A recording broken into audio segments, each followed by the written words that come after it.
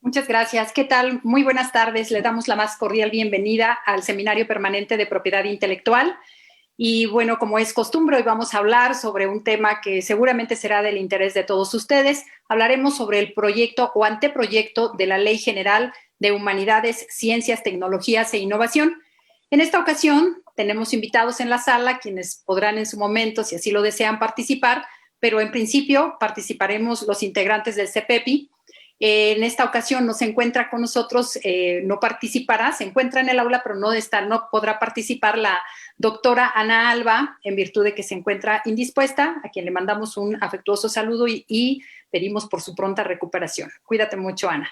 Y pues bueno, para dar inicio con el evento, me voy a permitir dar el uso de la palabra a los doctores, al doctor Rafael Pérez Miranda y al doctor Manuel Becerra Ramírez, en ese orden, para que hablen sobre el análisis que hicieron de este anteproyecto de ley general. En tercer lugar, participaré yo, también con algunos comentarios, así es que damos inicio a nuestro evento. Por favor, Rafael Pérez Miranda, si fueras tan amable. Muchas gracias. Gracias, Carmen. Buenas tardes. Saludos a todos. Pues sí, como anunció Carmen, hoy vamos a comentar un proyecto de ley. Van 2 sesiones seguidas donde comentamos decisiones de políticas públicas vinculadas directa o indirectamente a la propiedad intelectual. Y en este caso vamos a comentar, a debatir un proyecto que tiene todas las características oficiales. Les decía, CONACYT en su larga historia, bueno, no tan larga, pero casi medio siglo, ha tenido diversas legislaciones y muchos procesos de modificación. Nace en el año 1970, nace con mucho empuje, con mucho impulso. Uno de los primeros objetivos más, digamos, presionados por el presidente de la República de ese momento, el licenciado Echeverría, era desarrollar el primer Plan Nacional de Ciencia y Tecnología. Se hizo, pero desgraciadamente se terminó en el año de 1976. Lo coordinaron el doctor Bionchik y el doctor Julio Volvinic. Yo tuve la suerte de participar en él. No debería decirlo por el tiempo, pero bueno. Pero desgraciadamente un buen plan se presentó el último año del sexenio. Entonces, por supuesto que al año siguiente, pues, desapareció el plan, no se cumplió para nada y, digamos, se inició un proceso, un cambio muy fuerte en la orientación de la política científico-tecnológica del país, y esos cambios se fueron sucediendo permanentemente. En este momento, la administración decide convocar. Bueno, este plan fue con una convocación masiva a toda la academia y a toda la ciencia mexicana. Quien pueda consultar el primer plan va a ver la enorme cantidad de científicos que fueron consultados en reuniones serias, sistemáticas, aisladas muchas veces de la ciudad, para poder elaborar este plan. Ahora, digamos, durante este sexenio, desgraciadamente tenemos que seguir con ese método de medición de los tiempos en función de sexenios, aún tratándose de programas de largo plazo. En este sexenio, de inicio del sexenio, se presentó un plan, una nueva reforma, un proyecto de reforma de la Ley de Ciencia y Tecnología. Apareció de la noche a la mañana, lo comentábamos, lo hablábamos inclusive en el seminario del CEPEPI, lo comentamos en algún momento en público. Por suerte, fue sujeto a muchísimas críticas y desapareció. Ahora se presenta un nuevo plan aparentemente impulsado desde el mismo gobierno. Se hicieron muchas consultas. Esta vez no podemos negar que no hubo consulta, pero fueron tantas las consultas que podríamos decir que para cada punto había por lo menos 5 políticas diferentes, por lo cual aquel que quería diseñar el plan, pues podía elegir la que más le agradaba y podía justificar ese diseño. Bueno, estos son los antecedentes de lo que ya hablamos. Voy a comenzar planteando algunos temas que consideramos que deben ser preocupación de cualquier proyecto de ley o cualquier proyecto de programación vinculado a la ciencia y la tecnología. Quiero plantear 2 puntos muy rápido, muy escuetos, que en un caso son desafíos sobre el desarrollo de la ciencia para lograr un desarrollo de la ciencia más o menos armónico. Estos desafíos no son solo de México, son en algunos casos del mundo, y después algunos desafíos de la sociedad hacia la ciencia. Entonces, ¿cuáles son los puntos que nos preocupan seriamente cuando hablamos de planeación del desarrollo de la ciencia? No estoy hablando de tecnología, ese tema lo vamos a dejar para después, se lo vamos a dejar a un experto en el tema, que es el doctor Becerra. Es, digamos, la financiación de la investigación científica. Ese es uno de los grandes dramas en casi todos los países del mundo. No solo el monto de la financiación, no solo el volumen de la financiación, sino las características y la selección de los programas a financiar. Uno de los problemas importantes que se presenta en nuestro país seriamente es lograr un coeficiente adecuado respecto a ciencias básicas y aplicadas, a desarrollo científico y desarrollo tecnológico. Hay una tendencia en los últimos tiempos a privilegiar de manera excesiva las ciencias aplicadas, los desarrollos tecnológicos y aquellos desarrollos tecnológicos orientados a programas que se consideran fundamentales. Es un tema que en general la ciencia no acepta. Se han ido alternando con el tiempo estas tendencias en un favor de uno u otro. Es muy difícil organizar proyectos de investigación relevantes que impulsen el desarrollo, de preferencia multidisciplinarios. Estos proyectos, que son los que realmente impulsan el desarrollo científico y tecnológico, pero también económico de un país, hace que la fragmentación de políticas y de programación en los países hace que sean muy difíciles. Solo algunos países desarrollados han logrado impulsar este tipo de proyectos. Algunos subdesarrollados los han hecho con muchos vaivenes, un gobierno los impulsa y otro los tira abajo, como es el caso de Argentina. La promoción de los investigadores jóvenes. La programación de los estímulos a la investigación no han podido solucionar el tema de estimular a personas que todavía no han logrado un proyecto, que todavía no han logrado un programa y sobre todo que todavía no han logrado las calificaciones que se le exigen para ser estimulados. Y resulta que son los científicos que están en el mejor momento de su creatividad. Si hiciéramos una comparación de la edad en que empezó a destacar como gran científico Einstein, Watson y Crick, es decir, en esa edad, ¿no? Todavía los investigadores en México y en muchos países no están en condiciones de solicitar apoyos ni para sus proyectos, ni para sus investigaciones, ni para ellos mismos. Es un tema que hay que tratar de solucionar. Inclusive algunos científicos de nivel han propuesto que, reunidas las calidades de currículum, se sortee los apoyos, ¿no? Pero que de alguna manera se solucione el problema de estimular a los jóvenes científicos. La obtención de resultados reproducibles también es un problema, muchas investigaciones quedan en el camino.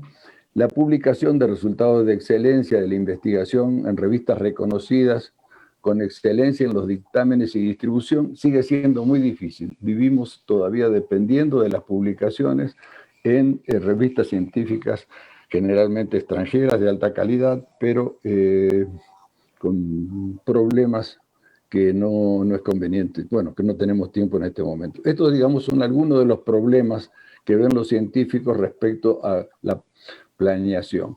Pero también hay problemas que enfrenta la ciencia, por distintos esquemas.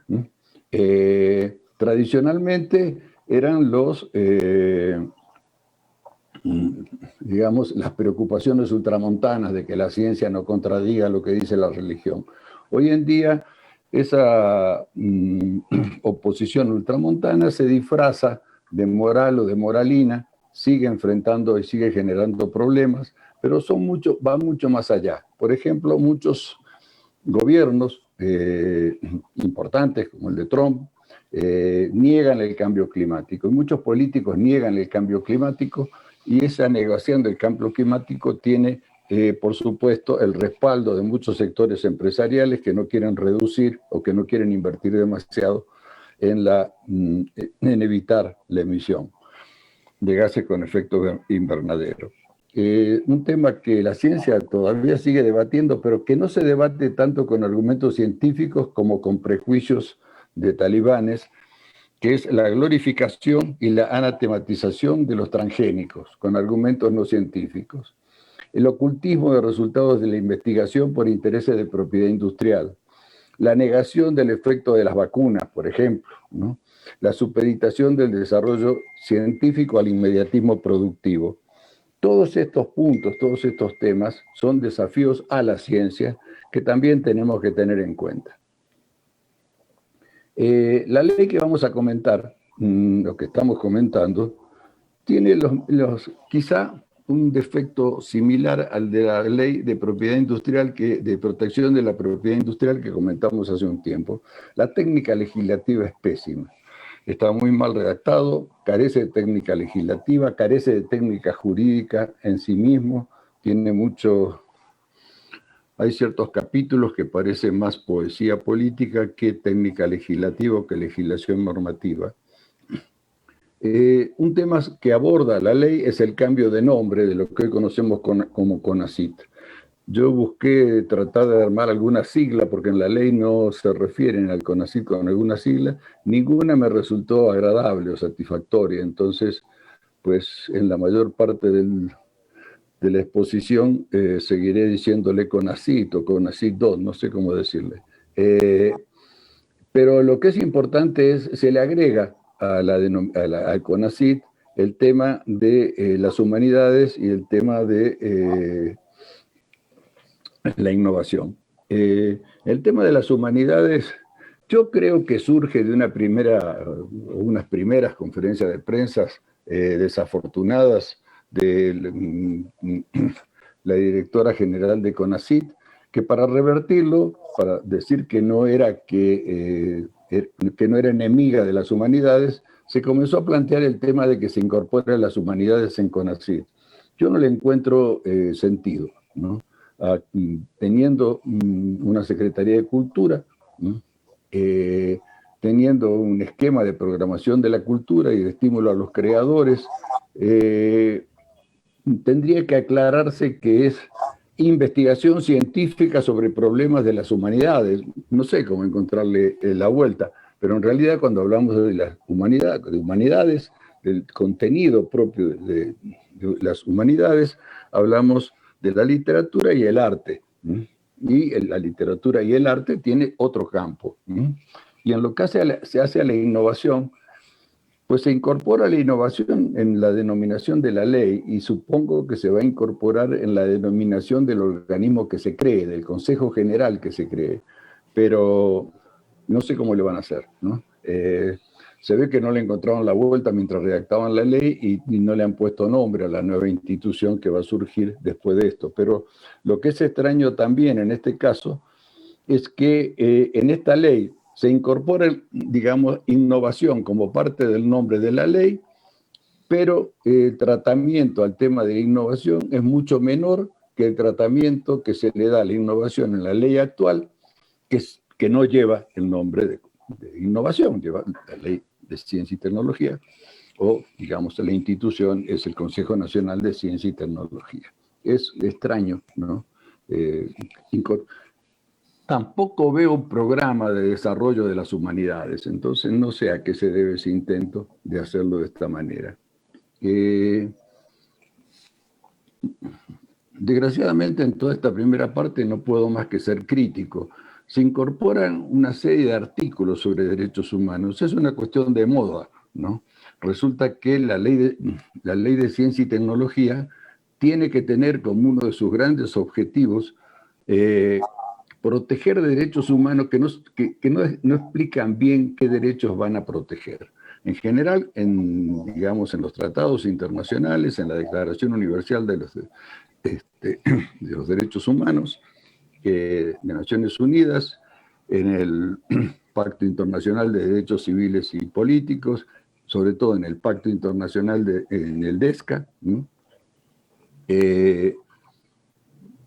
Se habla de estímulo, digamos, del derecho humano a la participación en los avances de la ciencia y de los derechos de los científicos. En este texto está redactado de forma muy extraña. Lo que pasa es que también la disposición constitucional, ¿no? Es muy extraña. Dice, toda persona tiene derecho a participar en el progreso científico y tecnológico de la sociedad, así como a gozar de sus beneficios públicos. Entonces, una redacción muy confusa, pues en el desarrollo de esa redacción confusa en el capítulo también encontramos estos problemas. Y luego viene el proceso para la planeación del desarrollo científico. Lo voy a describir y les dejo la interpretación en gran medida a ustedes. Fíjense, la elaboración del programa, ¿no?, está a cargo del Consejo Nacional, es decir, de lo que hoy conocemos como CONACYT. Ahora es el Consejo Nacional de Humanidades, Ciencia, Tecnología e Innovación. Muy bien.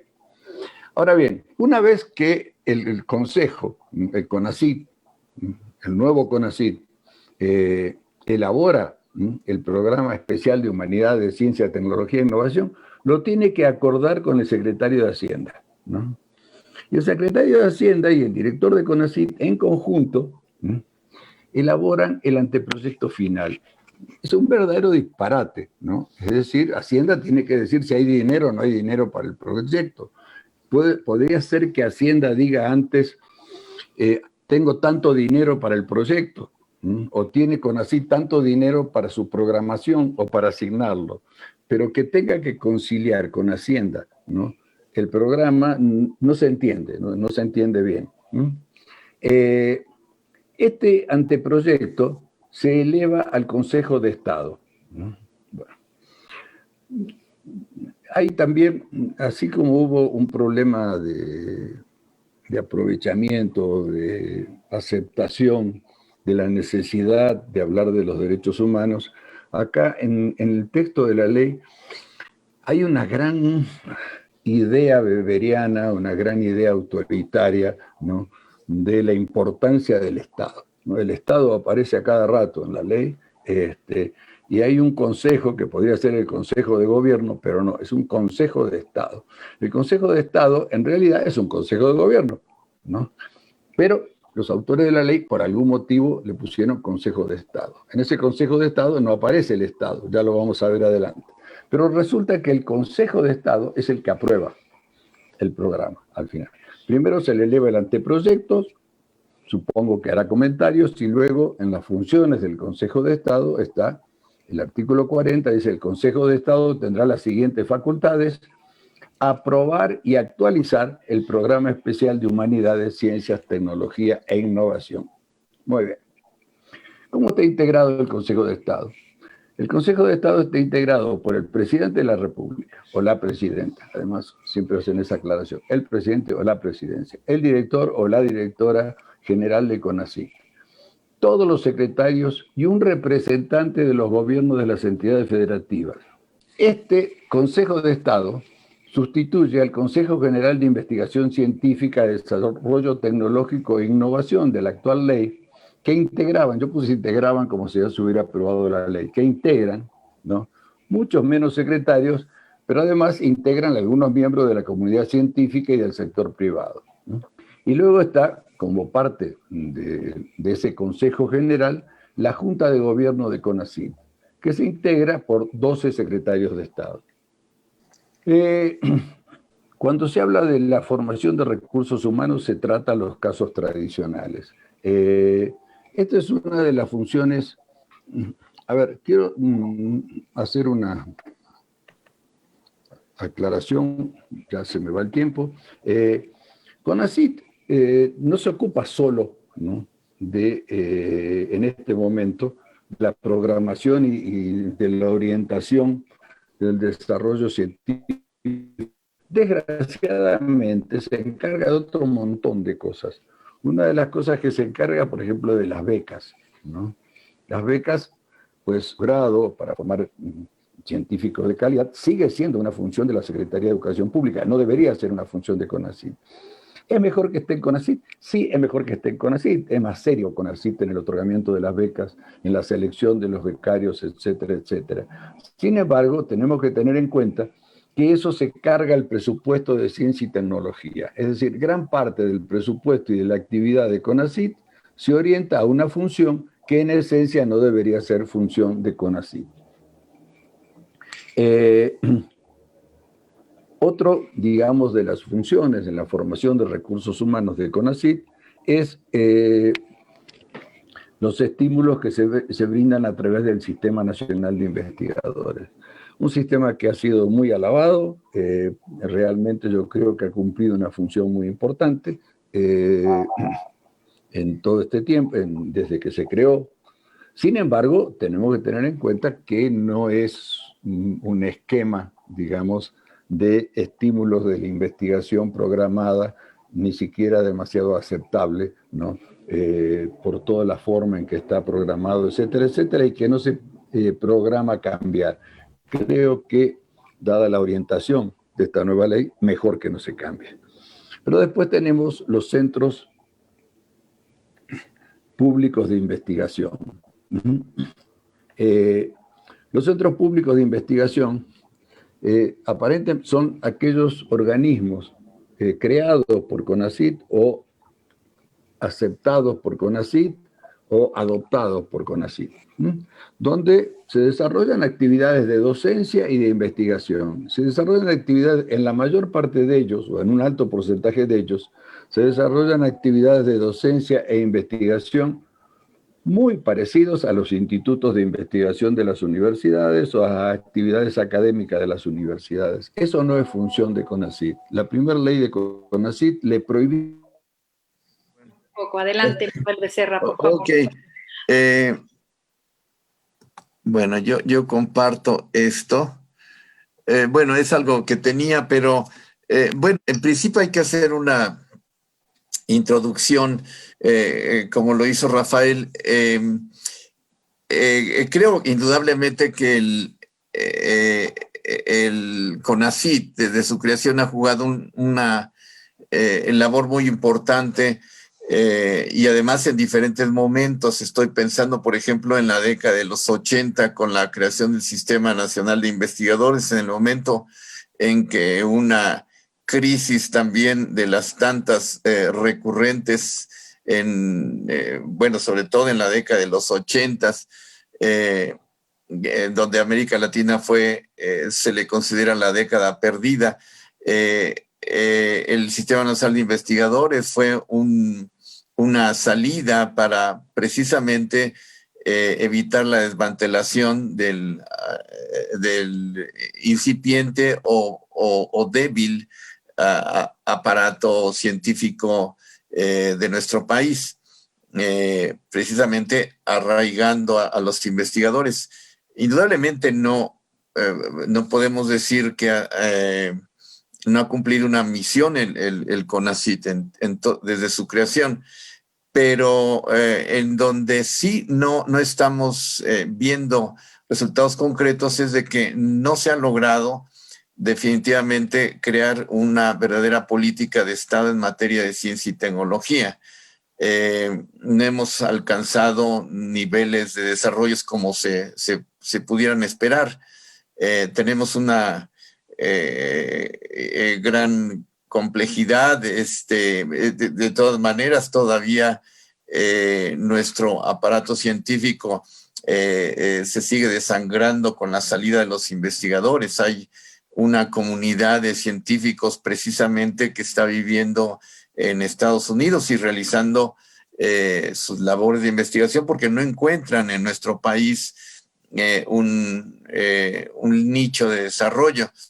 Y lo mismo en términos generales, a mí me parece que uno de los grandes problemas que tiene en la política de ciencia y tecnología es que precisamente no es una política de ciencia, no es una política de Estado. Muestra de eso es que esa política no establece hacia dónde queremos llegar como un país desarrollado.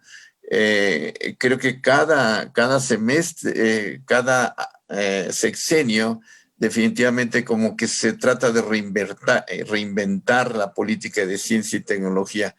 Y eso hace que definitivamente no tengamos una idea clara hacia dónde vamos. Concretamente me estoy refiriendo a que no existe una clara política de Estado en materia de ciencia y tecnología. Y precisamente el proyecto que estamos viendo trata de hacer eso, crear una política de ciencia y tecnología. En términos generales, la ley a mí me parece bastante interesante. Es cuestión de leerla con un tanto detenimiento. Es evidente que podemos encontrar muchos errores. Yo adelantaría alguna de las cosas que veo en el sentido de que le falta técnica legislativa, indudablemente. En algunos casos parece que son tratados de carácter científico. El redactor del proyecto le gusta mucho la palabra epistemología, la utiliza constantemente y en algunos casos es precisamente una redacción que parece más un paper académico que una ley. Pero vamos a analizar un poquito más en detenimiento la ley, aparte de lo que ya ha dicho Rafael. En principio, en principio habría que ver el artículo primero de este proyecto, que es muy elocuente. Dice, la presente ley garantiza el derecho humano a la ciencia reconocido en la fracción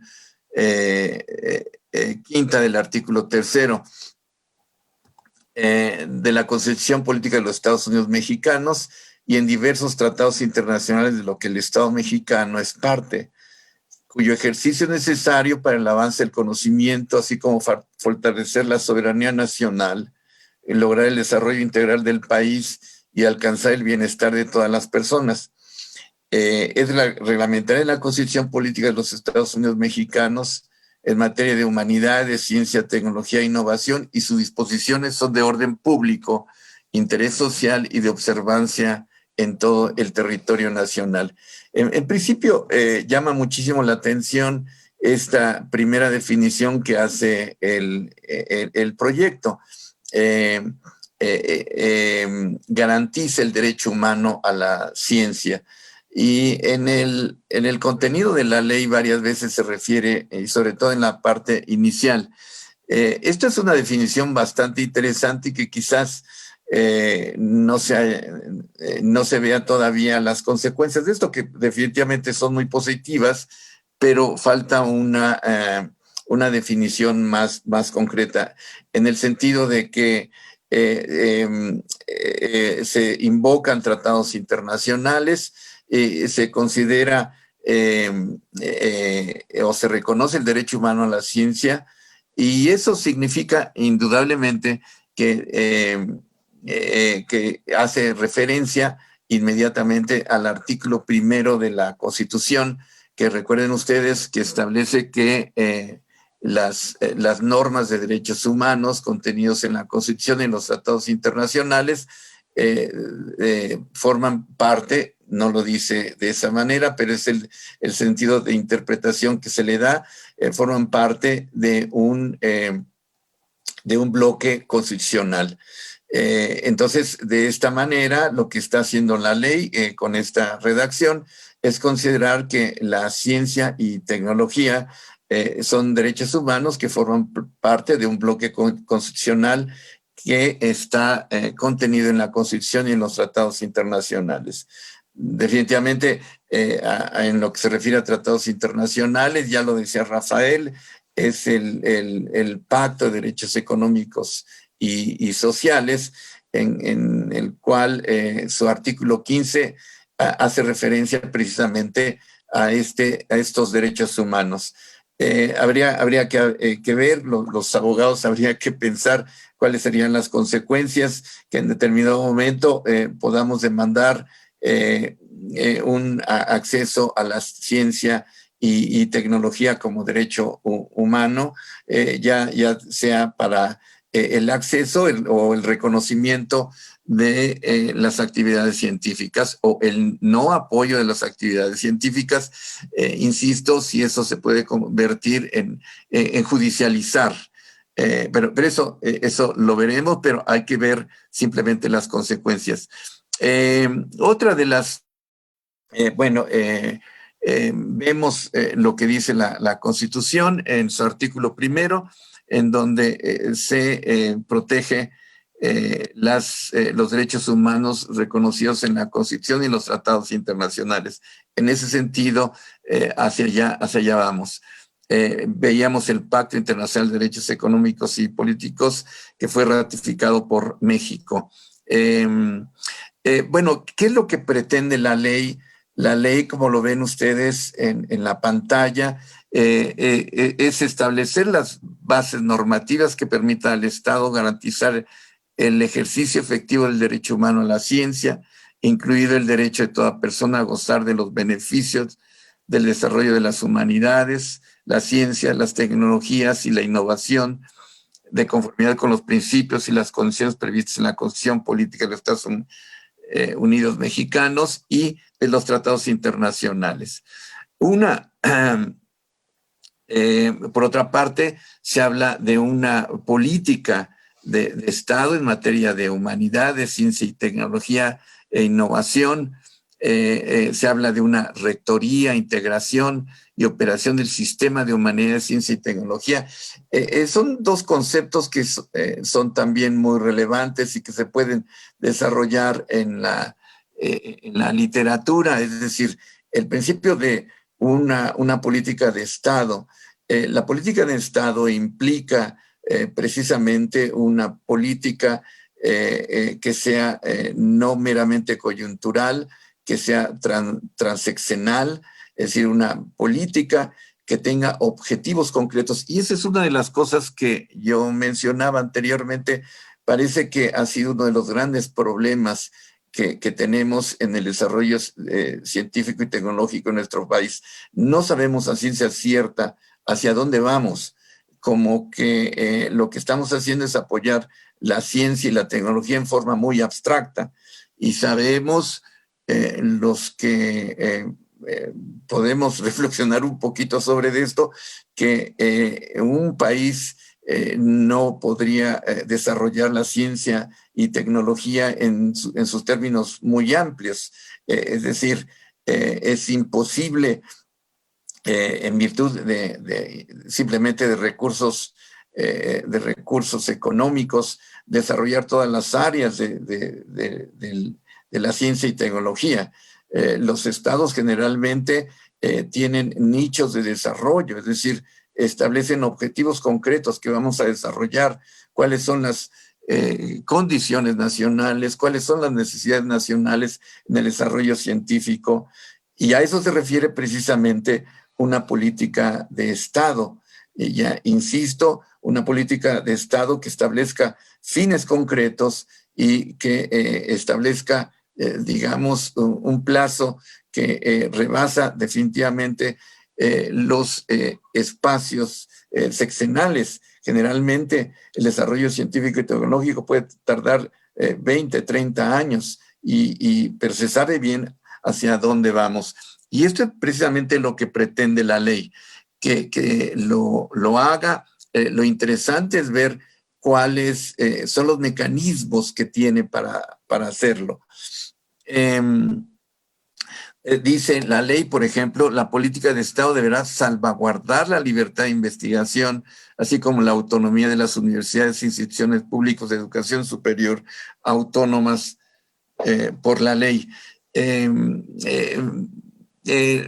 Ya Rafael estuvo señalando algunas de las características de la estructura, podemos decir, orgánica de la ley, que lo vamos a ver. Y esa es también un tanto una novedad. Entonces, la política de Estado tiene como ejes programáticos, dice, el fortalecimiento y consolidación de la comunidad. Impulso la investigación de frontera en todos los campos de conocimiento. Ahí es donde yo insisto, yo creo que hay una imposibilidad de realizar investigación de frontera en todos los campos del conocimiento. El Estado, y de acuerdo con un plan específico que sí lo prevé la ley, debe de escoger cuáles son esos campos del conocimiento en donde se va a tratar de llegar a un conocimiento, a la obtención de conocimiento de frontera. Atención de la problemática nacional conforme a la agenda del Estado. Ese es precisamente uno de los elementos que anclan precisamente una política de Estado en materia de ciencia, desarrollo de las tecnologías estratégicas de vanguardia e innovación abierta para la transformación social. Eso es concepto demasiado amplio nuevamente. Entiendo que en el diseño de este programa de ciencia y tecnología, precisamente se pondrá en consideración todo eso, acceso universal al conocimiento y sus beneficios sociales. Eso es indudable, y en esta parte la ley hace mucho énfasis, es decir, al acceso al conocimiento y a los beneficios sociales de la población. Rafael estaba hablando un tanto de la estructura orgánica, hablaba precisamente del Consejo de Estado, de la Junta de Gobierno, también tiene un órgano consultivo. Es interesante, y esta es una de las características y al mismo tiempo un defecto de la ley, que en esos órganos consultivos y eso ya hemos escuchado algunas opiniones en ese sentido, no se está incorporando a los investigadores. Lo vamos a ver, por ejemplo, en este caso, hay la posibilidad de que participen los investigadores, pero los investigadores siempre participarán sin capacidad de decisión, simplemente con voz, pero no voto. Y esta es una de las características que hemos podido experimentar en estos órganos científicos, que, por ejemplo, en el caso de la ley sobre bioseguridad, en donde se crea un órgano científico consultivo, es la misma tónica, tiene la misma tónica, es decir, solamente se les da derecho de voz, pero no de voto a los investigadores. Y esto, al final de cuentas, crea una especie de simulación, puesto que al final de cuentas se escucha a los investigadores, pero eso no es suficiente, sino no pueden votar. Y esto es definitivamente una especie de enmascarar una participación supuesta de los investigadores. Entonces, en este órgano consultivo, insisto, me parece que es positivo, pero falta una participación más decidida, con capacidad de voto de los investigadores. Una cuestión que es interesante en términos de esta parte de la definición de la ley en lo que se refiere a innovación. En el aspecto de innovación que no está definido, qué se entiende por innovación, que es un concepto que vemos en la propiedad industrial, es precisamente la invención, la creación de invenciones o de nuevos métodos o nuevos modelos de aplicación de carácter industrial. En eso no hay una definición. Sin embargo, si analizamos un poquito más en detalle la ley, encontramos que hay políticas de innovación, pero insisto, son meramente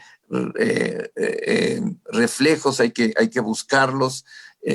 Sería bueno que la ley, cuando está definiéndose también como una ley de innovación, definiera qué se entiende por innovación. Así vemos, por ejemplo, en que el presupuesto de los centros públicos, que es un elemento fundamental también en el diseño de la política de Estado en materia de ciencia y tecnología, los centros públicos tienen un presupuesto de carácter en principio estatal, pero también pueden existir recursos autogenerados. Dice, el uso de los recursos autogenerados y los recursos entregados en administración por terceros serán invariablemente fiscalizados por la Secretaría de la Función Pública y por la Auditoría Superior de la Federación en el ámbito de sus respectivas competencias. Aquí, precisamente, esta es una respuesta de esa decisión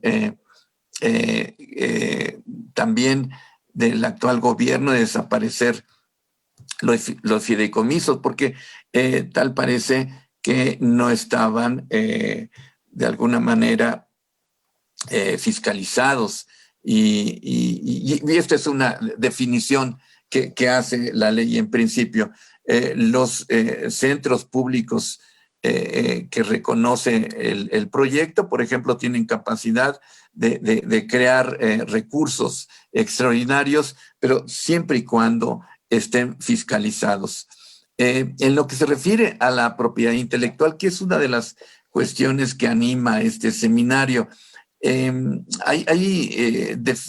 no hay una definición muy clara de lo que se refiere al impulso, a la creatividad y en consecuencia a su protección mediante la propiedad intelectual.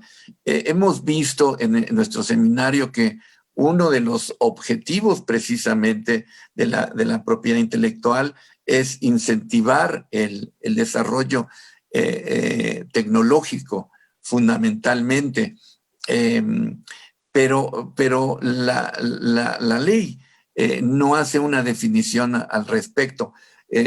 Concretamente les digo, algunos aspectos que como lo vamos a ver en este artículo 107.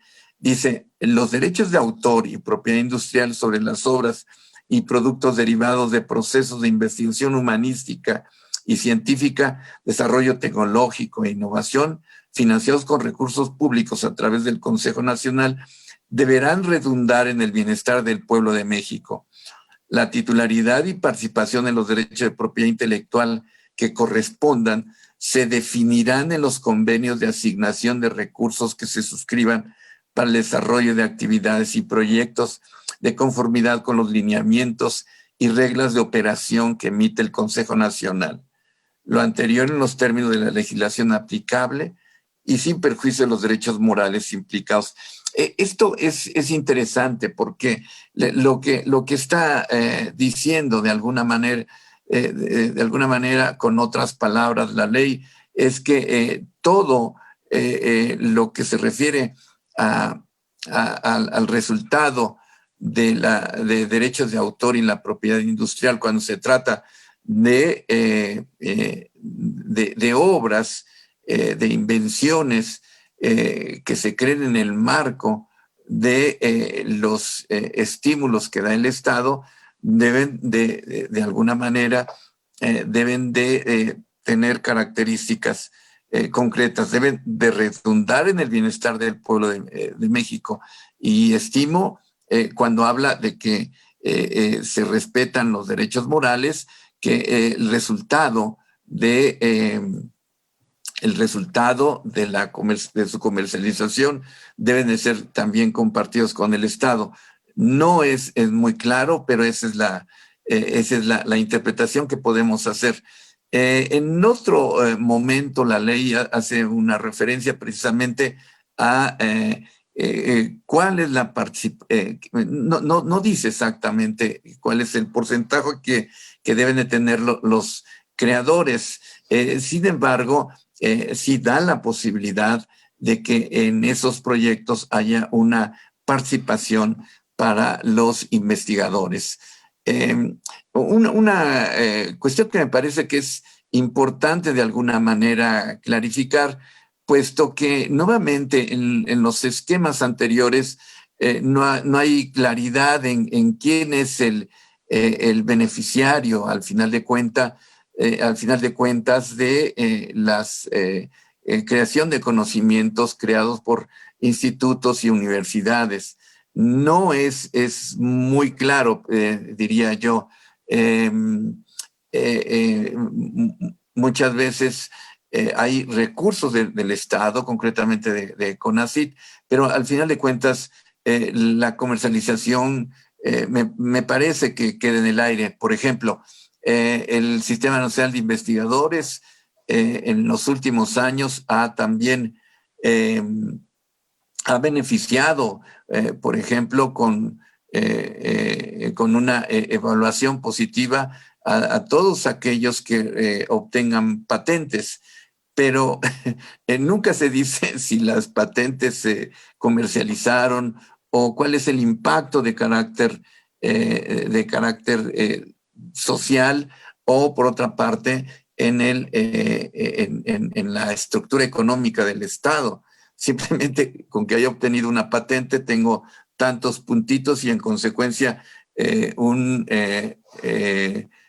nivel en el Sistema Nacional de Investigadores. Creo que aquí habría que poner un acento. ¿Cuál es el impacto de lo que se hace en el marco precisamente de los subsidios de carácter estatal? Creo hay otra cuestión que también quiero comentar, que es muy importante en todo este esquema de la ley, y sobre todo, por ejemplo, en lo que se refiere a todo un sistema de información que es básico precisamente para el desarrollo científico y tecnológico, ni más ni menos que la diseminación del conocimiento tecnológico. En ningún momento se está diciendo cuál es el papel que juega el INPI, por ejemplo, que como sabemos tiene un acervo tecnológico en patentes y otras figuras que se protegen también mediante la propiedad intelectual, que es invaluable y que deberían de estar, si tratamos de crear un sistema, como lo dice también el proyecto de ley, de carácter transversal. No aparece en ningún momento el INPI y su par también el INDAUTOR, que son acervos de conocimiento muy importantes.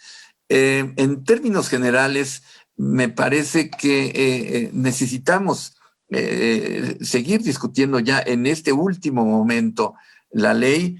Hay algunas disposiciones que a mí me parecen absurdas. Si ustedes con calma ven el artículo 50 de la ley, me parece que esa no es la función precisamente de un instrumento de desarrollo científico y tecnológico que tiene precisamente un proyecto de ley. Estos son en principio algunos comentarios que pudiera hacer. Creo que hay que ver Concretamente me quedaría con dos puntualizaciones. En principio, es necesario que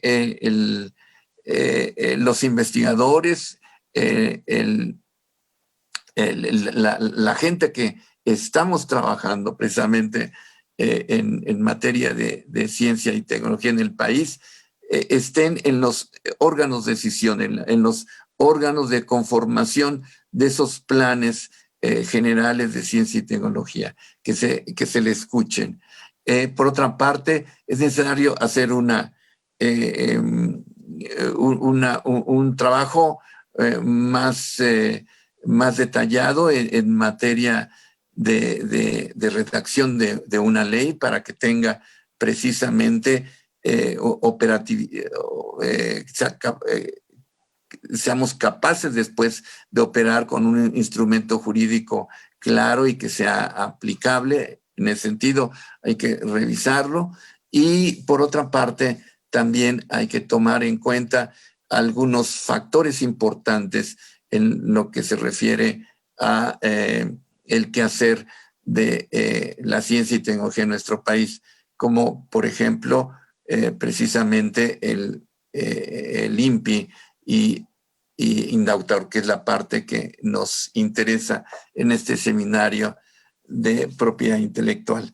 Bueno, esos serían mis comentarios. Muchas gracias, doctor Becerra. Pues si les parece, podemos dejar las preguntas al final para que pueda Rafael retomar la palabra, y tenemos por ahí algunos comentarios sobre la segunda exposición. Y si me permiten, pues entonces yo haría una breve referencia también a los aspectos que analicé sobre este proyecto, esta nueva ley de humanidades, ciencias, tecnologías e innovación. Yo me enfoqué principalmente a los aspectos de propiedad intelectual, a los que se pueden ver en el anteproyecto.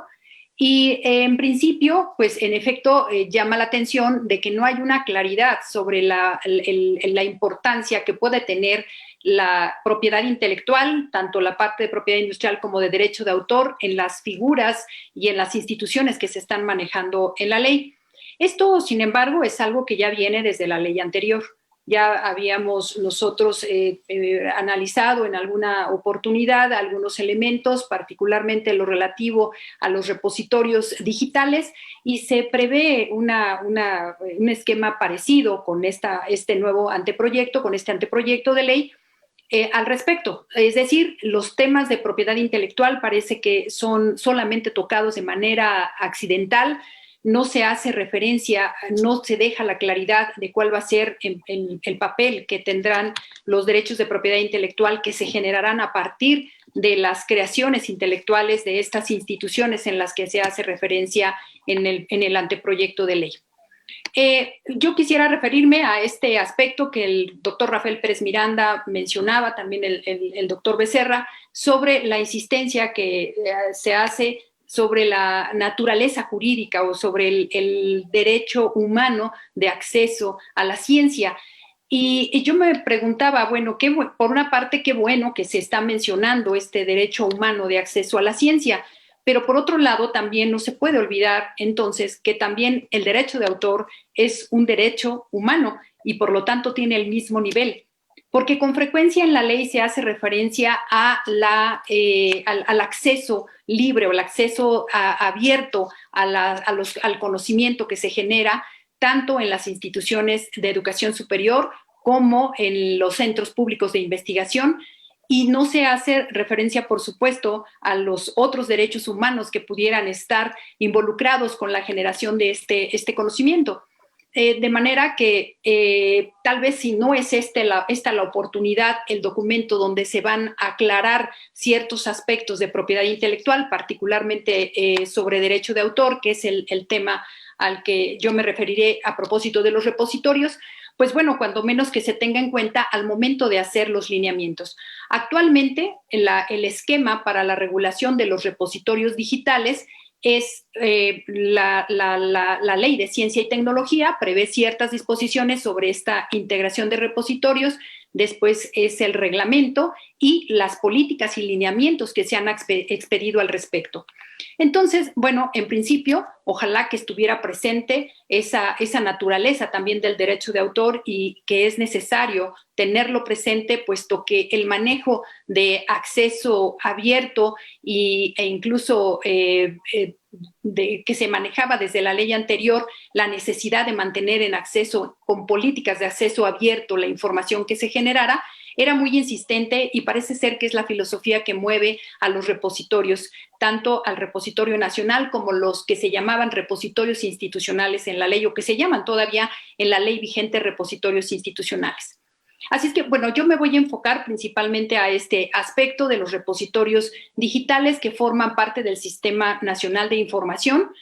Como ustedes saben, ustedes habrán escuchado hablar, los repositorios digitales son el acopio de información que se hace para dar acceso libre a esta información que las instituciones, principalmente las instituciones de educación superior, los centros públicos de información, integran, pero que incluso da la posibilidad, igualmente se da en este proyecto, a que sean instituciones privadas las que también puedan digitalizar información e integrarla en un repositorio digital que sea accesible. Actualmente, la regulación vigente habla de repositorios del repositorio nacional y de los repositorios institucionales como grandes bases de datos que se podrán coordinar y que en un momento dado se podrán hacer accesibles a todo el público. Tal como está regulado, como ya les señalaba, a través del reglamento de las políticas y lineamientos, este acceso abierto a la información que se produce en estas instituciones, pues bueno, garantiza, como esta ley lo insiste, el acceso libre a todo ese conocimiento. Sin embargo, si nos vamos al análisis que deberíamos hacer respecto de lo que significa, desde el punto de vista de la propiedad intelectual, de lo que significa un repositorio digital, tendríamos que ver de que se está, por supuesto, principalmente involucrando el derecho de autor. Estamos en presencia de la reproducción de materiales que, si bien es cierto, de productos intelectuales, que si bien es cierto, si se trata solamente de la producción que se hace en instituciones públicas, donde se parte de la idea, de la base de que se está trabajando con recursos públicos o con apoyo en infraestructura pública, que es como lo señalan actualmente los lineamientos, es entonces que da la posibilidad de tener de origen los derechos de propiedad intelectual, los derechos autorales, y por lo tanto se dispone de esa propiedad intelectual para poder, en principio, cambiar el formato a digital de todos los productos intelectuales que se han generado, para integrarlos a un repositorio, que en principio puede ser un institucional, para después coordinarse con el gran repositorio nacional. Si bien están estos derechos que en principio son propiedad de las instituciones, pues bueno, también no puede olvidarse que debe precisarse que hay materiales que no son necesariamente propiedad en cuanto a los derechos intelectuales de las instituciones. Y es ahí donde viene una gran confusión, porque con frecuencia las personas que están al frente de los centros de información tienen la duda de qué es lo que sí pueden digitalizar y qué es lo que no pueden digitalizar.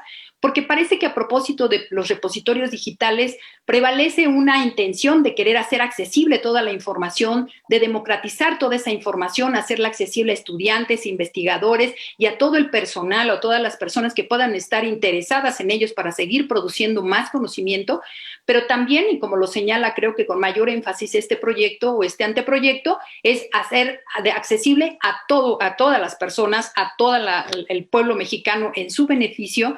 Y además maneja otra parte importante, que es también a las propias instituciones para que se puedan servir de esa información y dar las soluciones que se requieren en el Estado mexicano. Entonces ya se maneja incluso esa posibilidad, que para eso, ¿cuál es la finalidad de estos repositorios? Pues es el que todo mundo pueda tener acceso para servirse de esta información. Sin embargo, recalcando la parte de propiedad intelectual y particularmente los derechos autorales que están involucrados, que no se limita al derecho de autor, puede haber derechos conexos porque los materiales o los productos intelectuales no se limitan a ser obras literarias. Podremos estar en presencia incluso de obras audiovisuales o de incluso algo relacionado con alguna obra cinematográfica, que es una obra más compleja. Pueden ser materiales, productos intelectuales de la más diversa naturaleza y por lo tanto los derechos que pueden estar involucrados pueden ser también diferentes, derechos de autor, derechos conexos, puede haber reservas de derechos conforme a nuestra legislación, pueden estar de por medio también derechos de las personas retratadas y, en fin, que todo esto no se hace una precisión y no se detalla o cuando menos se advierte de alguna manera en los lineamientos, que no en la ley, en los lineamientos sobre esta posibilidad de estar infringiendo derechos de terceros.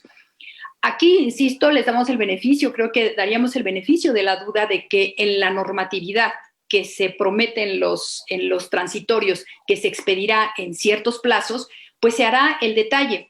Y esto es importante subrayarlo porque creo que aún cuando sí hay políticas, hay lineamientos que se han estado expidiendo a propósito de los repositorios digitales, en realidad poco ponen atención en estos temas de propiedad intelectual. Prevalece la idea de que es más importante hacerlos accesibles a toda la persona que lo necesite, olvidándose de esa otra parte. Y como les comentaba, en la práctica realmente la gente tiene esa duda de qué es lo que sí puede digitalizar y qué es lo que no puede digitalizar para integrar estos repositorios. Hoy este proyecto ya no hace la distinción o ya no hace referencia a los repositorios institucionales, hace simplemente mención a los repositorios que se pueden integrar en las instituciones de educación superior, en los centros públicos de investigación, pero a final de cuentas son los que se identificaban o se identifican todavía en la ley vigente como los repositorios institucionales. Entonces, en resumidas cuentas, estos repositorios, esta parte del sistema de información que está ahora regulándose de esta forma en este anteproyecto, pues tiene muchas aristas que analizar. Ojalá que los lineamientos, si es que va a prevalecer esta figura tal cual se encuentra en este momento, ojalá que los lineamientos, las políticas que en su momento se expidan, sí prevean esta situación. Por lo que hace a la participación del INPI, me parece muy, muy acertada la observación que hace el doctor Becerra sobre la importancia que tiene el que participen tanto el INPI como el INDAUTOR de alguna manera. No estoy segura si es para participar activamente de alguna forma, pero sí yo creo que las opiniones que pueden emitir en algún momento determinado, sobre todo el INPI tratándose de ciencia, tecnología, yo creo que tiene en sus acervos mucho que compartir y sin embargo en los lineamientos, conforme está ahora regulado estos repositorios, sí se hace referencia a que podrán incorporarse a los repositorios estas grandes bases de datos que contengan información tecnológica y particularmente pues se hace referencia al tema de patentes, que es el tema del INPI, es quien tiene esa información disponible. Y pues ahí se da una pequeña participación, pero nunca se hace referencia abiertamente a que el INPI y el INDAUTOR tendrían muchas cosas que decir al respecto.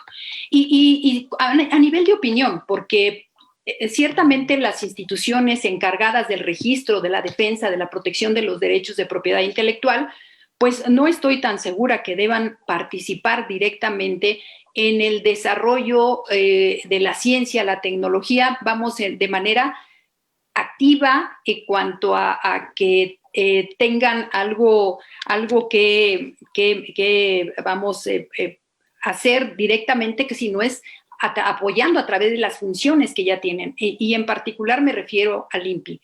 El INPI tiene una área de difusión, de promoción de la materia que bastantes actos lleva a cabo durante el año. Actualmente tiene, en línea, muchos cursos, difunde sus criterios de aplicación de la ley, de las leyes, y sin embargo, pues esta función, sabemos, se ha quedado corta porque siempre esperamos algo más. ¿Qué más puede hacer el INPI? ¿Qué más puede hacer por difundir y porque apoye al desarrollo científico y tecnológico de nuestro país? Que eso es lo que siempre estamos reclamando, ¿no? ¿Por qué no tenemos el desarrollo científico y tecnológico que nos merecemos como país, puesto que tenemos una gran riqueza, somos personas muy creativas En la parte cultural tenemos indiscutiblemente un gran acervo, una gran producción cultural. En la parte de patentes, desafortunadamente, no tenemos el impacto que tenemos tal vez con la parte de cultura. Y sin embargo, pues bueno, siempre estamos pensando en que por qué no hemos tenido los resultados que deberíamos tener o que nos merecemos tener como país para ser una potencia, y la ley lo maneja para convertirnos de alguna manera en autosuficientes o tener cuando menos una producción al interior de la que podamos nosotros apoyarnos para el desarrollo que necesitamos. Entonces, pues la verdad no sé si ellos tendrían directamente algo que decir, pero yo creo que sí podrían participar. De alguna manera es una relación estrecha, y sobre todo en la parte que también ya tocaban los doctores que me precedieron, el definir exactamente cuál sería el papel de la propiedad intelectual, que es un papel fundamental, es un tema que se tiene que tocar en todos los casos donde hay producción científica y tecnológica. Porque si bien es cierto, la política pública en materia de ciencia y tecnología no tendría que referirse estrictamente a propiedad intelectual, porque la política pública que tiene que existir en propiedad intelectual es independiente. Eso tendría que vincularse sí con la de ciencia y tecnología, y tal vez pudiera ser, desde mi punto de vista, a nivel efectivamente normativo, y creo que este proyecto de ley trata de vincularlo en el momento en el que en algunos casos señala que propondrá o que tendrá coordinación con ciertas instancias para promover ciertas modificaciones, dice, a las leyes y a la normatividad para ser viable, para ser congruente los derechos de propiedad intelectual.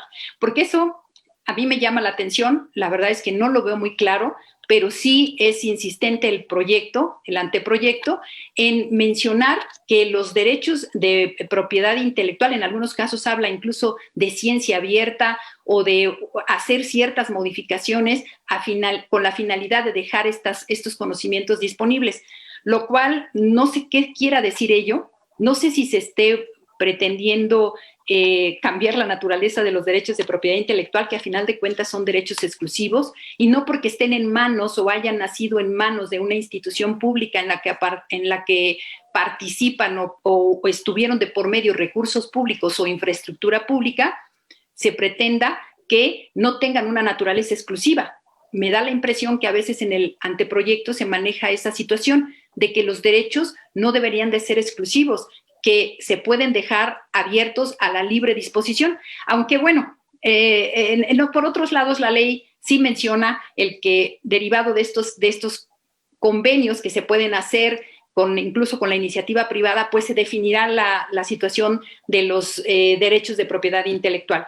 E incluso también me da cierta tranquilidad el que pareciera que sí se tiene claridad sobre esta exclusividad de los derechos cuando al hablar del patrimonio del Consejo se hace referencia a que estará integrado también por las regalías que se generen por propiedad intelectual, lo cual entonces quiere decir que sí se tiene claro entonces que sí van a ser derechos exclusivos. Esa es simplemente una apreciación, no me parece que esté muy claro de la ley si se quiere que sean derechos exclusivos o no los que derivan de este conocimiento que se produce en las instituciones. Y pues bueno, ya veremos qué tanto logra aterrizarse, cuando menos en el tema en el que me centré, que es en el de repositorios digitales. Veamos entonces qué es lo que se pretende. En este caso estaríamos en presencia principalmente de derechos autorales, en donde indiscutiblemente si las creaciones intelectuales se hicieron al amparo de un contrato, como investigadores, como profesores, no habría gran problema, puesto que las normatividades en ese sentido normalmente establecen que la titularidad de los derechos les pertenece a las instituciones. Por ese lado no hay problema. Los problemas empiezan cuando intervienen otras personas o cuando se trata, como señalaba, de creaciones intelectuales, de propiedades intelectuales de terceros, donde sí no se tiene ninguna participación o donde se tendrían que pedir las autorizaciones correspondientes para hacer toda la digitalización y la integración de este conocimiento a estas grandes bases de datos. Y pues bueno, yo quisiera dejar esta intervención y mejor abundar, si es necesario, con algunas de sus preguntas, y si no tienen inconveniente, podríamos pasar a los comentarios y preguntas que tenemos para los doctores que intervinieron primero, y en el orden voy a permitirme leer las preguntas que dirigieron al doctor Rafael Pérez Miranda. Rafael, nos dice Beatriz, que dice que tiene la duda sobre la razón de la relación entre la Secretaría de Hacienda y Crédito Público y CONACYT. Dice si quien debe ver por el presupuesto es la Cámara de Diputados. Esa sería una. Te leo la siguiente. Antonio Roberto nos dice que si consideras que CONACYT no debería de tener ningún cambio y por qué. Adelante, Rafael. Sí, efectivamente coincido totalmente con la compañera que hizo la primera pregunta. CONACYT no tendría por qué discutir con la Secretaría de Hacienda este tema. Es probable que si CONACYT tuviera la posibilidad, que no la tiene y tampoco se le ocurre y tampoco se le otorga en la ley, de estimular grandes proyectos nacionales, por ejemplo, supongamos que decidimos desarrollar la energía nuclear como energía limpia, entonces hay que hacer un programa de 6 años, 8 años para la formación de recursos humanos, para becas al exterior en esos temas, pero eso tiene que ir en paralelo con el desarrollo de infraestructuras, etcétera, etcétera. En esos casos,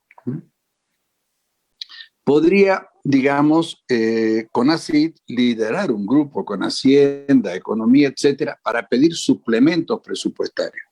Pero CONACYT tiene que programar el desarrollo científico y tecnológico de acuerdo a su presupuesto.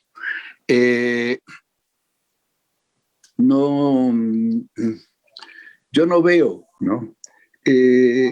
No veo la relación. Yo creo que esa relación está vinculada a lo que exponíamos de una gran preocupación de quienes redactaron el proyecto, así como estaban muy preocupados porque la palabra derechos humanos apareciera muchas veces.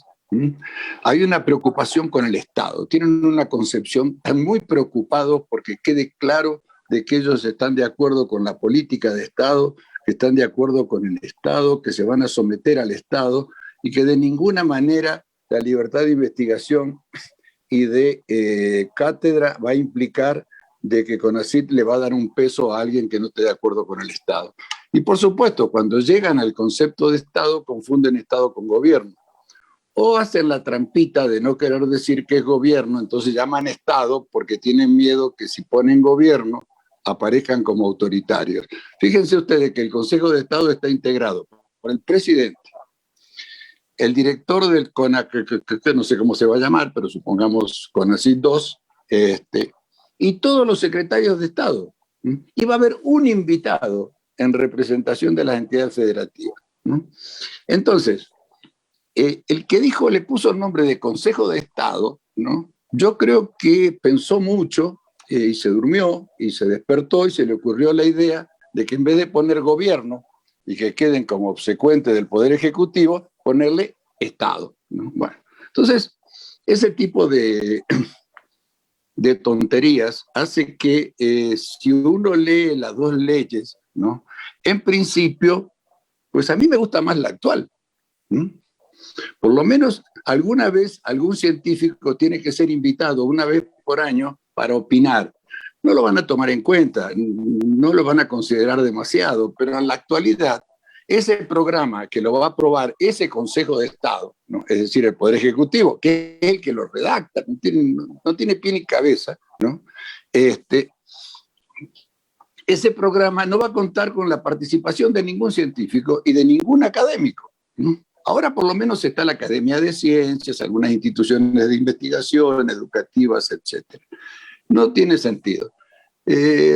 Respecto a la participación del INPI, yo creo que si en este momento el INPI pudiera participar en CONACYT, lo primero que haría sería proponer que se retorne a los fideicomisos que financian la investigación de las corporaciones transnacionales. Y se preocuparía mucho de que no se divulguen los secretos de las investigaciones para no afectar las patentes de las corporaciones transnacionales. Entonces, mientras no cambie el INPI, mejor que el INPI quede afuera. Yo lo lamento mucho, pero es lo mejor que puede pasarle al país, que el INPI participe lo menos posible en ninguna política pública de ningún tipo, mientras siga manteniendo estas políticas de que, por ejemplo, en las discusiones que se realizan en el mundo internacional, el INPI es el único de un país subdesarrollado que quiere que se sigan defendiendo las patentes farmacéuticas en épocas de COVID. Entonces, mejor que no participe el INPE. Bueno, digamos, hay un problema muy importante que es qué puede hacer CONACYT y qué no debe hacer CONACYT. Entonces, las cosas que CONACYT tiene que seguir haciendo por defecto, ¿no? Si dejamos que la SEP, ¿no? Por ejemplo, para dar un ejemplo hablando de derechos autorales, llegado el COVID y llegando las clases Zoom, lo primero que debería haber hecho CONACYT, el Sistema Nacional de Investigadores, es decir, se triplican los estímulos para aquellos que diseñen programas para poder dar clases por internet. Resulta que nos pusieron a miles de profesores que nunca se nos había ocurrido dar una materia completa por internet a dar clases por internet, sin material. Entonces, ¿qué hacen las universidades? Las universidades participan y aplauden la reforma del Código Penal, donde se va a condenar como criminal a cualquier pobre por ocho que venda algún CD clandestino en la calle. A eso van a ir presos, ¿no? Muy bien. Acto seguido, la universidad lo que hace es cargar bibliografía sin pagar derechos de autor. Ni directa ni indirectamente a través de los órganos colectivos, ¿no? SEMPRO, etc. Es decir, la universidad inicia violando derechos. Los mismos derechos que aplaudió cuando se aumentaron las penas para castigar. Esa es la falta de coherencia en la planificación. Y el problema es que eso no se soluciona con políticas de Estado, porque la política de Estado, ¿qué dijo? ¿Vamos a invertir en esto? No. Como ahora los profesores no van a poder viajar y los alumnos no van a poder hacer intercambio, ¿no? Y además no van a poder hacer comida ni sé. Entonces, todo ese presupuesto de la universidad lo pasamos ¿a dónde? Al estímulo de la investigación, al estímulo de la preparación de aulas especiales. No, la pasamos a rentas generales. Ya veremos en qué se gasta. Bueno, entonces, esa es la preocupación de tener a los científicos y a los académicos, ¿no? Para que decidan temas que afectan a los científicos y a los académicos. Es decir, un académico lo primero que hubiera dicho es: señor, yo aprendí a escribir, mi primer artículo que publiqué en una revista lo escribí con una máquina de escribir mecánica, ¿no? Y ahora resulta que usted me pide que yo dé clase por Zoom y que cargue la bibliografía en Cambia, pero resulta que la bibliografía que yo voy a cargar en Cambia tiene protección de derechos de autor. Me van a meter preso a mí, no lo van a meter preso al señor rector de la universidad, que vaya a saber en qué se gastó el dinero que tenía que invertir en eso, ¿no? Ni al de CONACYT ni al de Hacienda. Entonces, por eso es importante que los académicos participen con seriedad en la planificación de los temas de los académicos. Que los científicos participen en las decisiones del INPI, no que el INPI participe en las decisiones de los científicos. Los científicos tienen que participar en el INPI. Tiene que haber un procurador de la nación respecto a todas estas políticas. Bueno, entonces, eso la ley no lo soluciona, esta ley. Y esta ley no soluciona nada. Lo único que logra esta ley es marginar totalmente a los científicos, a los académicos, de la planeación de la ciencia y la tecnología. Señores científicos, señores académicos, ustedes son mis subalternos. Ustedes son subalternos de ese Estado, ¿no?, que yo destaco permanentemente. Ustedes son mis esclavos, ustedes son subalternos de ese Estado. Yo les voy a regalar los tortibonos, yo les voy a dar unas propinas para que ustedes respeten y no critiquen como un tal fulano de tal, que ustedes no sean demasiado belicosos. Entonces les voy a dar, digamos, un excedente. Pero déjenme que eso lo decida yo. Yo, Estado. Fíjense, resulta que no va a participar la Academia de Ciencias en la aprobación del programa especial de Ciencia y Tecnología, y va a participar el secretario de Turismo. Y lo nombro porque tiene un nombre muy vinculado a CONACYT. Pero que sin duda en este momento él, digamos, su actividad no es la planeación ni la preocupación por la investigación científica. Muy bien. Entonces, ese es el problema de la actual ley. Por eso digo que la actual ley es mucho peor, digo, la futura ley es peor que la actual. Es peor que la actual porque no toca para nada el problema científico. Los desafíos que tiene la ciencia en este momento, los desafíos que tiene la planeación de la ciencia en este momento, los desafíos que tienen los científicos mexicanos en este momento. La ley de eso no se preocupa, pero además promete no preocuparse. Y promete que no va a dejar que nos preocupemos. Entonces, digamos, yo lamento mucho no coincidir con mis queridos colegas, pero creo que esta ley tiene que ser sometida al artículo 6. Es decir, tirarla al cesto de la basura y tratar de que se diseñe una ley que tenga algo que ver con lo que los científicos, los académicos y los que nos ocupamos desde afuera, porque digamos somos científicos a medias, ¿no? Científicos sociales, los científicos nos miran con cara sospechosa, pero que de alguna manera nos preocupamos por la ciencia y la tecnología. Creo que hablé demasiado, pero bueno, gracias. Gracias, doctor. Esto sería un comentario relacionado con la exposición de Manuel. Carla nos dice, seguramente refiriéndose a CONACYT, quitarle recursos, anularlo a su mínima expresión, no creen en la ciencia y la tecnología protegidas, sino lo que pueden sacar al país adelante, como lo han demostrado en otros países de primer mundo. ¿Tendrías algo que comentar sobre esta anulación del CONACYT o alguno de los dos? No, bueno. No, para nada. Es decir, creo que tiene que seguir CONACYT existiendo, por supuesto, ¿no? Compararnos con los países del primer mundo no tiene pie ni cabeza. México invierte 0.3% de su Producto Interno Bruto en ciencia y tecnología. Estados Unidos invierte el 2%, pero claro, invierte el 2% de su Producto Interno, de su Producto Bruto Nacional, no del nuestro, ¿no? Entonces, no tenemos la más mínima posibilidad. Hay que pensar en una ciencia del tercer mundo, ¿no?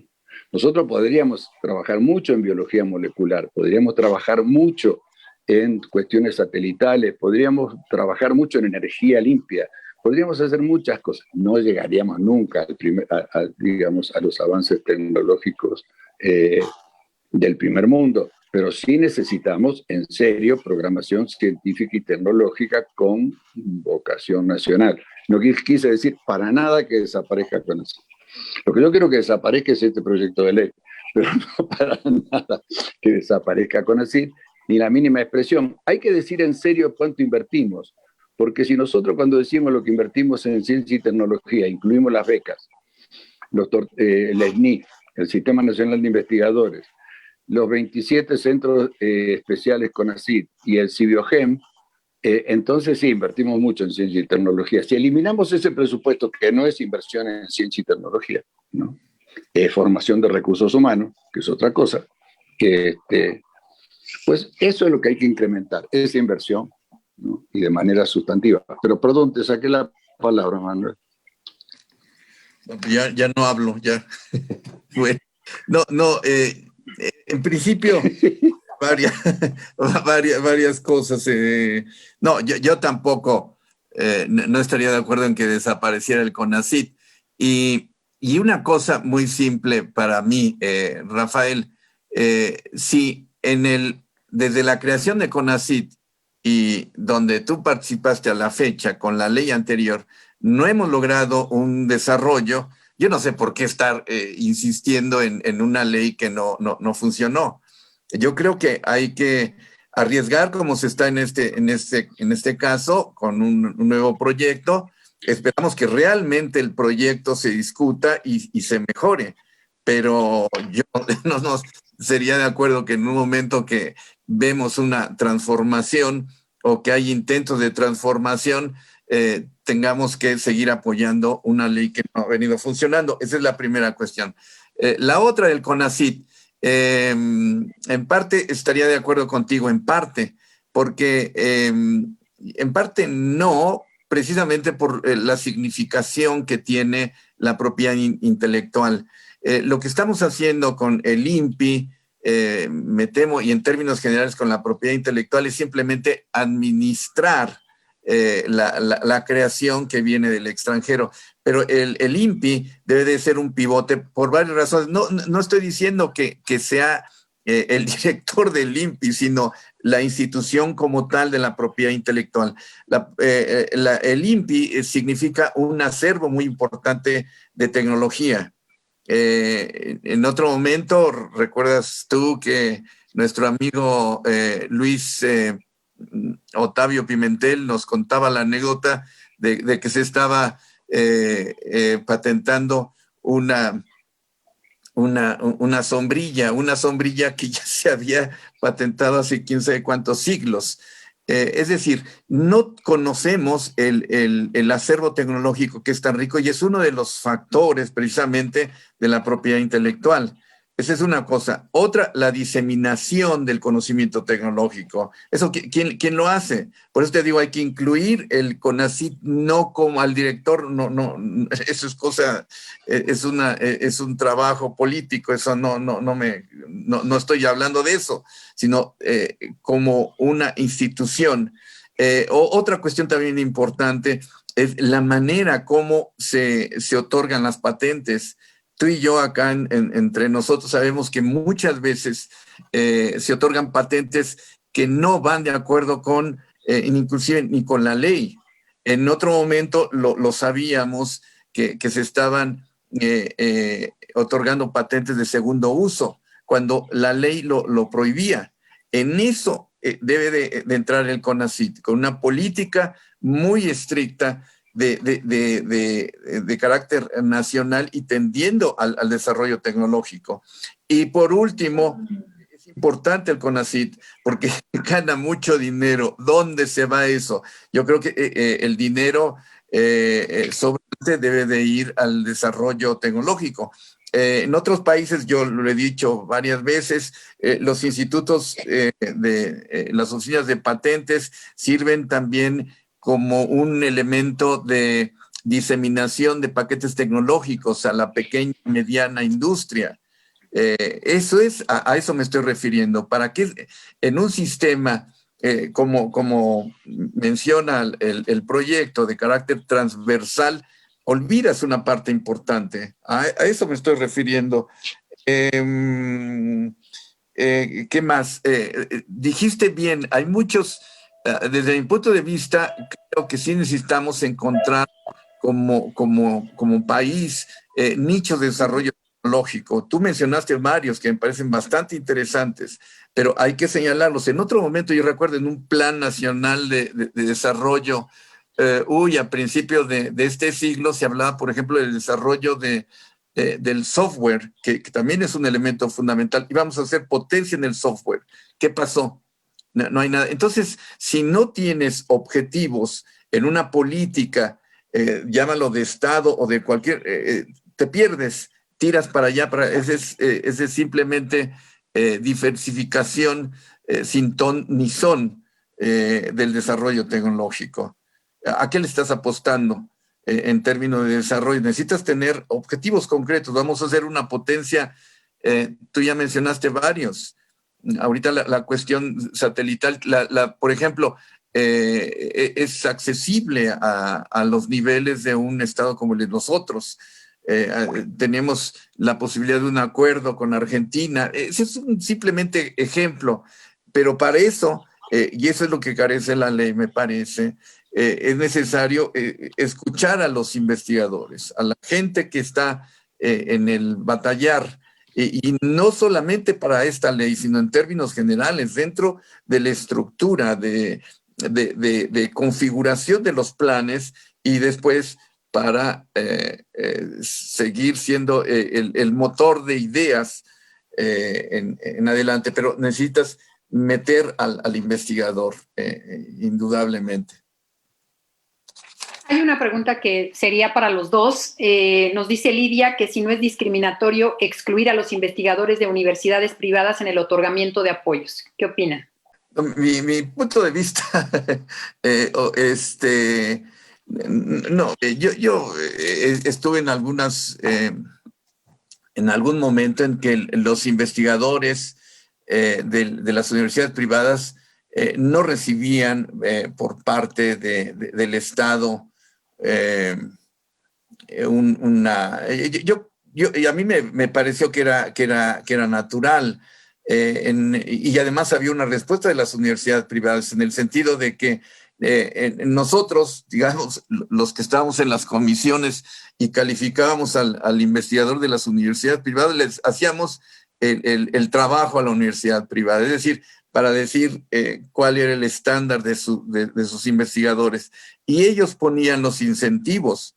A mí me parece que al final de cuentas, los objetivos fundamentales de las universidades privadas con recursos privados no son las del Estado. Y me parece que sí es un gran aporte que pueden hacer para el desarrollo de la ciencia dentro de las mismas universidades. Creo también que de alguna manera dar ese aporte es un subsidio del Estado.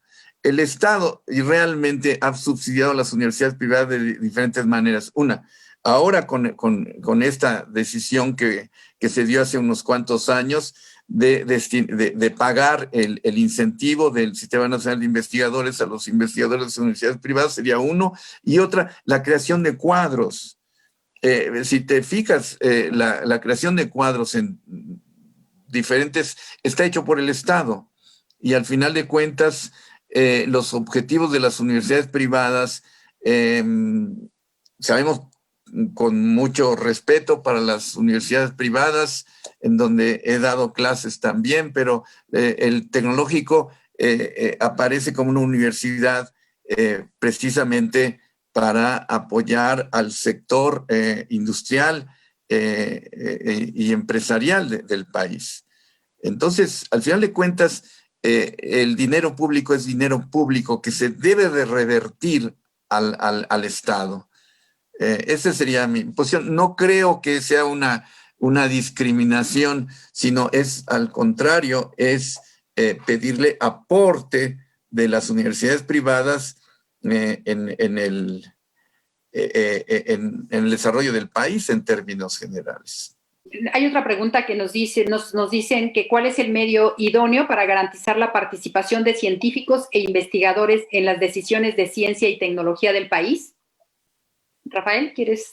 Muy sencillo, invitarlos de manera oficial, formal, a que participen en aquellas decisiones vinculadas a la ciencia y la tecnología. Por ejemplo, se supone que el sistema de patentes es un sistema muy ingenioso en virtud del cual el consumidor, mediante el pago de precios monopólicos, estimula la creación de ciencia y tecnología. Muy bien. Ahí tendría que haber científicos y tecnólogos, representantes de la academia, etcétera, en parte para ver de qué manera el diseño del sistema de patentes obstaculiza o no el desarrollo de la ciencia y la tecnología, sobre todo con este ocultismo que hay de todo lo que se... Es decir, las empresas deciden, y ahí vamos al tema de las universidades privadas, una empresa decide qué se investiga y qué se difunde de lo que se investigó. ¿En qué nivel de la investigación de un científico puede publicar o no? Porque a lo mejor esa publicación le da una pista a la competencia para que investigue y llegue antes a una patente. Entonces, el sistema de patentes, a veces, en vez de estimular el desarrollo de la ciencia y la tecnología, obstaculiza. En ese campo tan gris, de en qué momento estimulamos y en qué momento obstaculizamos, tiene que haber científicos que digan, vea, cada vez que nosotros vamos a iniciar un proyecto de investigación, tenemos que hacer una investigación de si no hay patentes o algo parecido a una patente o algo, un antecedente que nos lleva más tiempo que la investigación. Y la universidad está preocupada en otras cosas. La universidad, como les decía, en vez de diseñar programas para dar clases con COVID, se encarga de consultar a todos sus asesores para que publiquen estupideces sobre COVID en las páginas de las universidades. La cantidad de tonterías que se han publicado sobre COVID es impresionante. Y todo eso es pago. Entonces, A los científicos hay que invitarlos a esos lugares, hay que invitarlos a la planeación de la ciencia y la tecnología, pero invitarlos institucionalmente. O sea, en este momento una cierta participación tiene, digamos, la Academia de Ciencias en el programa de Ciencia y Tecnología, algunas universidades en el programa de Ciencia y Tecnología. El sistema de los estímulos del Sistema Nacional de Investigadores tiene un diseño donde los mismos investigadores, ¿no?, eligen a sus verdugos, eligen a quienes lo van a calificar. Entonces los investigadores votamos para ver de todo lo que se presentan, quiénes realmente tienen calidad, tienen probidad, van a ser imparciales, porque son los que nos van a calificar. Entonces, ese tipo de esquemas y de sistemas, pero donde hay una mayor participación, no solo en CONACYT, en las universidades, y además sobre todo en el Instituto Nacional, en el Instituto Mexicano de la Propiedad Industrial, en el mismo INDAUTOR. Es decir, que de alguna manera los científicos y los académicos sean parte, ¿no? No nos podemos equivocar. Seguro que va a ser mejor si invitamos a los científicos a participar. Peor de lo que lo están haciendo ahora los políticos no puede darse en ciencia, tecnología, propiedad intelectual, propiedad industrial. Entonces, invitemos a los científicos. Seguro va a ser mejor. Muchas gracias. Si les parece, antes de leer otras dos preguntas que hay, quisiera preguntar a nuestros invitados en el aula si alguien quiere hacer alguna pregunta o comentario. Nuestros colegas en el aula, ¿alguien quiere participar? Bueno, si no tienen algún comentario, entonces las otras preguntas están relacionadas con el tema de repositorios digitales. Y en un caso mencionan que efectivamente Jesús nos dice que está de acuerdo, que pareciera que el Estado es el propietario de los derechos y no los propios investigadores. Aquí es todo un tema, Jesús, porque hay que identificar qué tipo de productos intelectuales, de qué productos intelectuales estamos hablando en primer lugar, y en segundo lugar, a quién le pertenecen los derechos porque fueron hechos en una institución o porque son de terceros y fueron adquiridos simplemente esos productos. Me refiero a materiales de todo tipo, a obras literarias, como señalaba, audiovisuales y una serie de recursos que pueden estar concentrados en centros de información. Y existe siempre la confusión que si se puede digitalizar todo porque es con fines académicos y entonces puede se puede transformar el formato de analógico a digital e integrar el repositorio. Aquí partiríamos, y lo que yo señalaba es de que lo que está hecho en los centros públicos de investigación, en las instituciones de educación superior, normalmente sí está documentado que pertenecen a las instituciones. El problema es cuando hay una participación de instituciones privadas o si hay si se trata totalmente de propiedad intelectual de terceros. Es ahí donde no se puede hacer un cambio de formato y donde no se puede integrar. Pero el tema de la titularidad sí es un tema que yo sé que no está totalmente claro y no creo que sea incluso en la ley donde se deba aclarar, sino tal vez a nivel de las políticas, como señalaba, las políticas vigentes en materia de repositorios mencionan algo, pero realmente nunca aclaran cuál es la situación de estos derechos de propiedad intelectual. Y por otro lado, mencionan que si Stefano nos dice que si el blockchain podría ser una alternativa en el tema de la salvaguarda de la información en los repositorios. Pues el blockchain nos va a dar cierta información, pero sin embargo, aquí el tema es que la institución tenga claro cuáles son los productos intelectuales respecto de los que sí tiene la propiedad intelectual, y en esos casos no va a tener problema para digitalizarlo. Porque al parecer hay una preocupación y esto tiene que ver no solamente con alguna institución en particular, sino en las instituciones públicas en general, que desde esta ley que está vigente se estableció esa obligación de integrar los repositorios. Como está sucediendo en otros países igualmente, que se están creando repositorios y la idea es coordinar todas estas grandes bases de datos para que el mundo en general tenga acceso a esta información que está depositada en estos centros de información. Pero sin embargo, pues bueno, en cada caso tendríamos que hacer un análisis particular de esos recursos que están que están bajo el resguardo de cada uno de los centros de información. Entonces, no es tanto el que podamos saber de quién es el derecho, eso lo tendrían que tener claro las instituciones y perfectamente documentado. Entonces, creo que hay mucho camino por andar. Me parece muy importante esta idea de difundir ese conocimiento que se tiene resguardado en los centros de información, que muchas veces era accesible solamente yendo físicamente al lugar o teniendo acceso a lo mejor en algunos otros casos a través de publicaciones digitales, que por cierto no siempre se tienen los derechos para hacer una distribución de las mismas.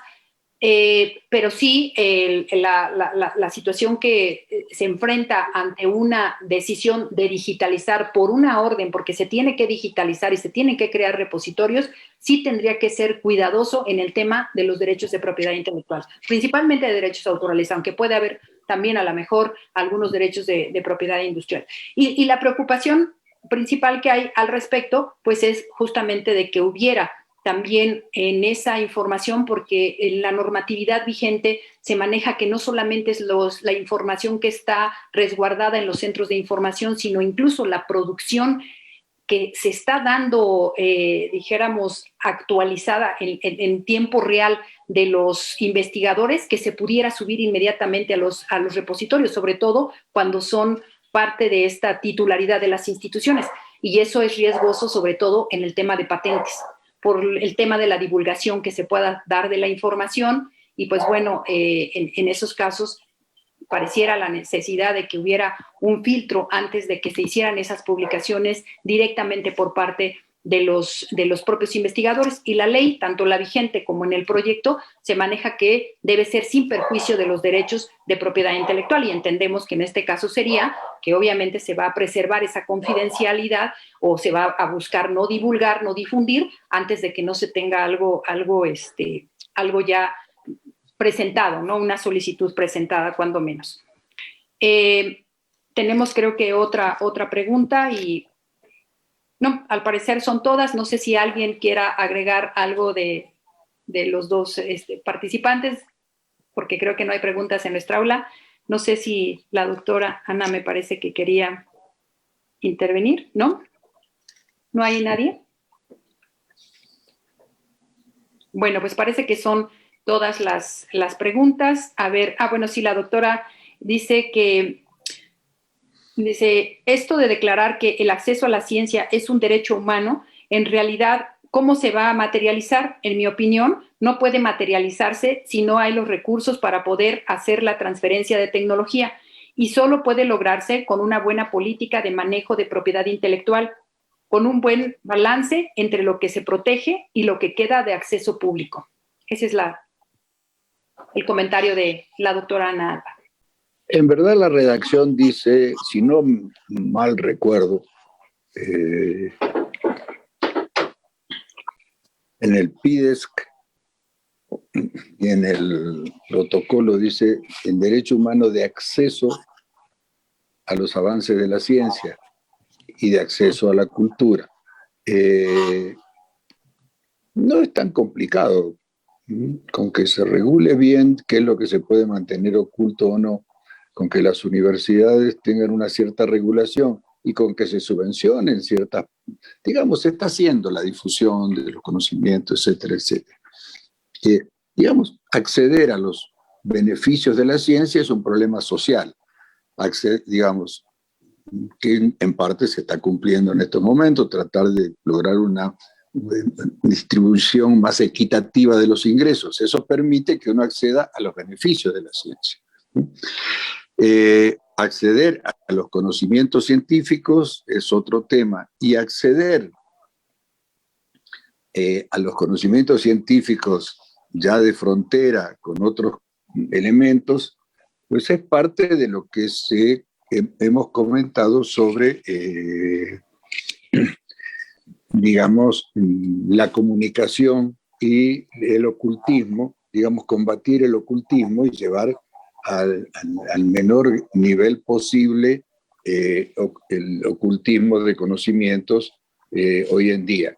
Es decir, hay muchos textos referidos a eso, donde explican cuál es la vida cotidiana de un investigador en una organización en una gran corporación, cómo le indican qué tiene que investigar, cómo le indican qué tiene que publicar, cómo le van indicando. Es decir, el señor es un empleado, un investigador de muy, muy alto nivel, pero tiene esos límites. Tratar de evitar que cuando participan los dineros públicos eso se haga, yo creo que es una de las partes que está en la ley, ¿no? Que se propone la ley en cierta medida. Creo que es una preocupación de la actual directora de CONACYT, que es una científica y por lo tanto estos temas los conoce con detalles, ¿no?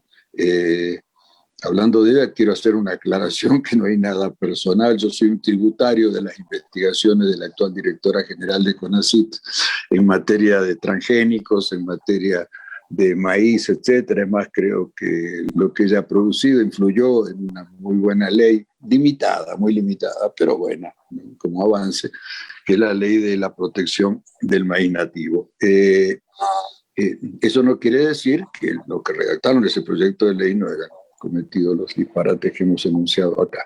Pero digamos, quiero un poco despersonalizar este tema y reconocer en la actual directora de CONACYT, uno de los pocos casos donde la directora de CONACYT es una científica de primer nivel, ¿no? Y que conoce de ciencia y que conoce de los problemas de la ciencia.